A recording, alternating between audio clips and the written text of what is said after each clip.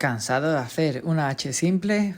Pues hoy te voy a enseñar a hacer una H más complicada. Seguramente pensarás que es esta, pero esta tampoco es. Esta es la letra básica de graffiti.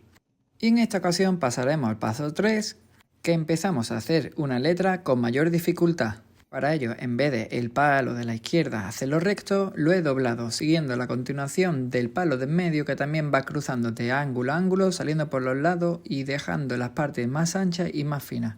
Y esta es la letra que estaba esperando, es el estilo Graffiti Will Style. Al igual que la anterior letra, he hecho el primer palo un poco doblado y haciéndolo del central también. Le voy levantando algunas partes y esta parte también me gustaría doblarla, dándole más movimiento y dificultad a la letra en sí. Contra más la doblemos y más detalle, puede que quede mejor. También hay que comprender la estructura de la letra para hacer estos detalles. Y como no puede faltar una flecha, se lo voy a poner aquí abajo, así que voy a ir cruzando de esta parte de abajo de la letra a esta. Le ponemos una flecha y ahora veremos qué parte le pongo por encima o por debajo, añadiéndole este detallito antes y cerrando esto con un corazón. Si no sabes lo que es un corazón, pues en vez de una flecha, pues termina como en forma de corazón. Creo que le da bastante movimiento y rellena un montón. Una vez que tengamos pasado bastante a limpio, iremos viendo qué parte vamos borrando y cuál dejamos. En esta ocasión flecha por arriba, pero lo prefiero por abajo. Lo siguiente será pasarlo a boli y luego, una vez que lo tengamos a boli, sería borrar el lápiz para dejar nuestro diseño limpio, pero yo prefiero dejarlo a boli y pasar al 3D.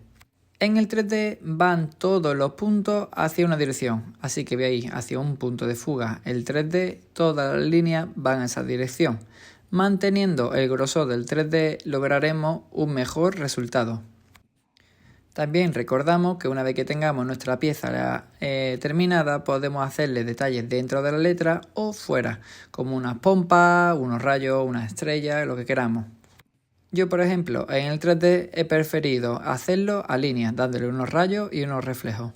Con referencia al punto de fuga, guiaremos todas las líneas hacia ese ángulo. Así conseguiremos una mayor profundidad en nuestras letras.